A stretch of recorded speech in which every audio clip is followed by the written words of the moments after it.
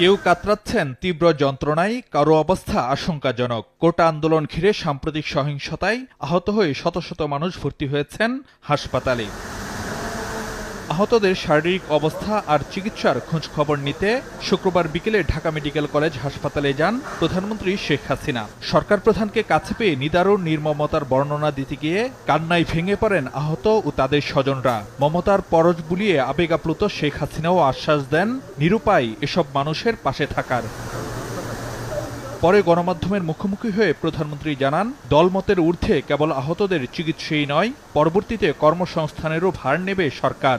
এই যে সন্ত্রাস, জঙ্গি এবং মানুষের হত্যা, এটা সম্পূর্ণ জঙ্গি কাজ।